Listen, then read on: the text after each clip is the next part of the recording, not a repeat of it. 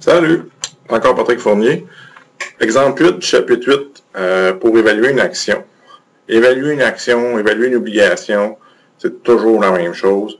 On actualise la valeur des cash flows espérés ou des cash flows auxquels on s'attend dans le futur.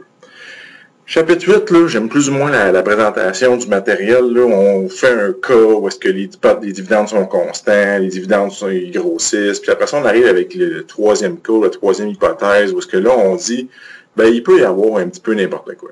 OK? C'est pas important, là. Vous n'avez pas besoin de savoir ça, vous n'avez pas besoin de faire la différence entre c'est quoi l'hypothèse, blablabla, là. Le principe, c'est toujours le même. J'ai des dividendes, c'est à ça que je m'attends, c'est ça que je m'attends à recevoir, on va les actualiser. Fait tu sais, j'ai pas besoin de catégoriser ça ou d'apprendre ça, là. Et les exemples qu'on va vous demander de faire, ça va être des cas multiples, des cas compliqués, là, où est-ce qu'il y a plusieurs choses qui se passent. Puis ça va être de tout mettre sur la ligne de temps, puis d'actualiser ça. Puis ce que ça vaut aujourd'hui, ben c'est ça le prix qu'on est prêt à payer pour une action. Fait que je vous en fais un qui est représentatif. Il est facile, là, dans le sens que pour le niveau de l'examen, c'est un facile. Je vous en ferai un petit peu plus compliqué plus tard si vous voulez, mais le principe de base est toujours le même. Donc, on dit quoi? Vient de rapporter 2 $ de dividendes. Donc, j'insiste sur le vient de rapporter. Je vais vous mettre ça sur la ligne de temps. Puis, on dit, ben, ça va grossir de 11% par année pendant 5 ans. Donc, ça, c'est mon G, mon premier G, le 11% qui est ici. Puis ensuite, le G va changer à 5% à l'infini. 13% de rendement sur cette action-là. Combien ça vaut? C'est quoi le prix aujourd'hui? Valeur actualisée, combien ça vaut? C'est quoi le prix aujourd'hui? C'est toute la même question. Faites des lignes de temps. Si vous ne faites pas de lignes de temps pour les actions, vous êtes dans le trouble. À moins d'être vraiment fort, là, puis de tout voir dans votre tête, là, ça va vous simplifier grandement la vie là, de faire des lignes de temps. Une fois que vos affaires sont sur la ligne de temps, ça se fait super bien. Donc, on commence avec quoi? Vient de rapporter. Quand vous lisez vient de rapporter, là, ce que ça veut dire, là, ça c'est D0. Ça, c'est le dividende qui vient juste d'être versé une seconde avant qu'on pose la question, si vous voulez. Là. Puis la règle, c'est on n'a jamais droit à ce dividende-là. Le dividende d'aujourd'hui, le dividende le plus récent, qui vient juste d'être versé, on ne l'a pas là. Et on évalue l'action, mais un titre en finance, ça vaut ce qui s'en vient. Ça vaut la valeur actualisée des promesses futures. Ça, on ne l'a pas. La seule affaire à quoi il sert, le D0, ben, c'est pour nous permettre de calculer D1. D1, ça va être D0 fois 1 plus G. Puis G ici, pour les 5 premières années, ça va être mon 11%, là, donc 1,11. OK? Faites bien attention, selon le problème, c'est quoi qu'on vous donne comme information. Ça change complètement si on vous dit le dividende qui vient d'être versé, ça c'est D0. Si on vous dit le prochain dividende ou le dividende de l'année prochaine ou de la fin de l'année, là on vous parle de D1.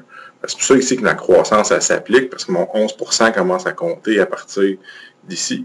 Des fois, on va vous donner D1, puis on va vous dire, mais après ça, la croissance va être de temps par année. Ben là, il faut qu'on commence à compter à partir d'ici. Juste faire la différence entre les deux. Faire la ligne de temps, ça nous simplifie la vie encore une fois.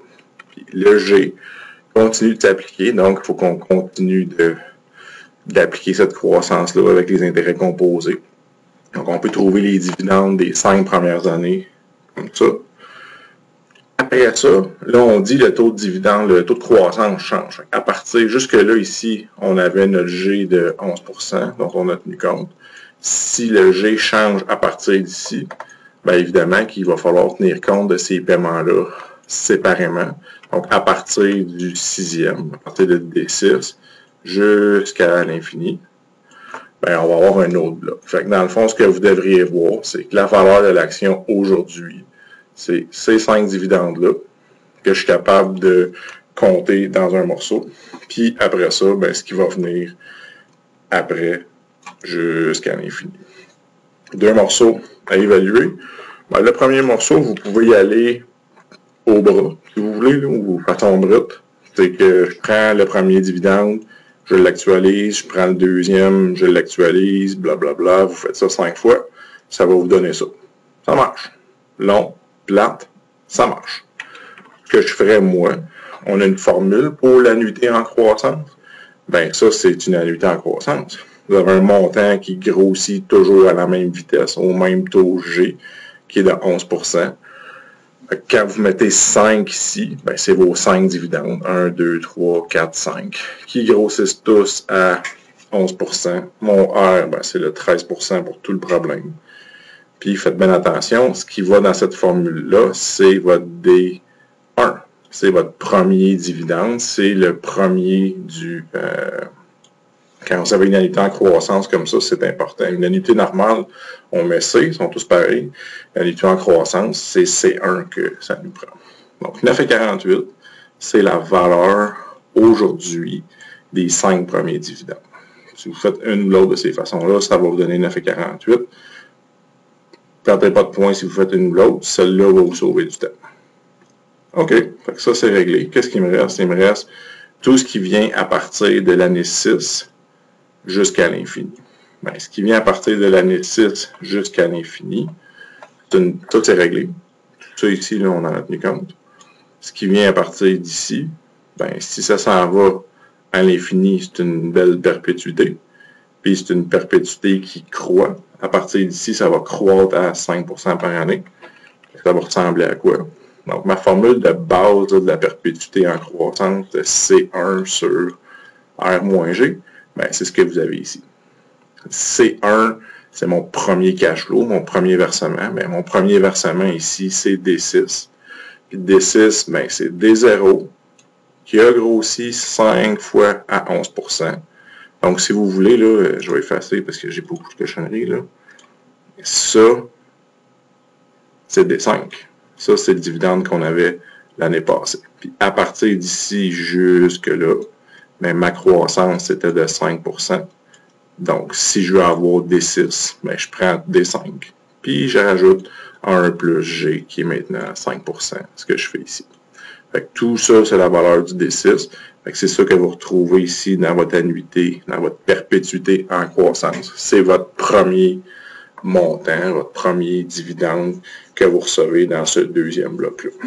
Sur R-G, ça, c'est la valeur actualisée de tous les dividendes qui commencent à D6 jusqu'à l'infini.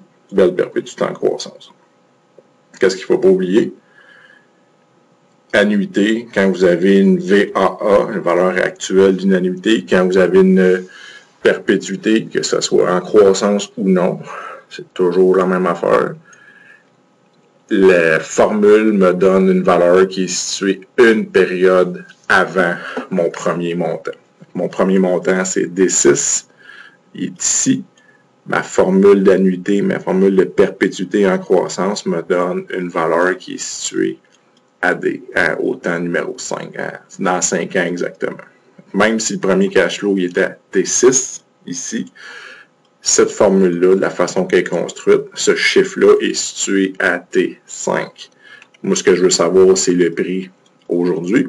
Fait que je ramène ça 5 périodes en arrière. 1 plus R ici. Donc là, il n'y a plus de G ici. Là. Le 44 et 23, c'est ma valeur qui était située au temps 5, ce que j'ai trouvé ici. Je ramène ça de 5 périodes en arrière avec mon taux d'actualisation, mon taux de rendement exigé. Ça, c'est la valeur aujourd'hui de mon deuxième bloc à partir de D6. Combien je suis prêt à payer pour cette action-là aujourd'hui? Bien, la valeur aujourd'hui du premier bloc, les 5 premiers dividendes, donc ce qu'on a vu tantôt, ça donnait 9,48, plus la valeur aujourd'hui de D6 jusqu'à l'infini. Ça, c'est la juste valeur marchande, c'est le prix que vous êtes prêt à payer. Autrement dit, dans le problème, on disait 13% de rendement exigé, ici, là. Si vous exigez 13%, ce que ça veut dire, c'est si vous payez 33,49 aujourd'hui pour cette action-là et que vous recevez effectivement les dividendes qui sont prévus, vous allez faire du rendement de 13% sur cet investissement-là. Bonne étude!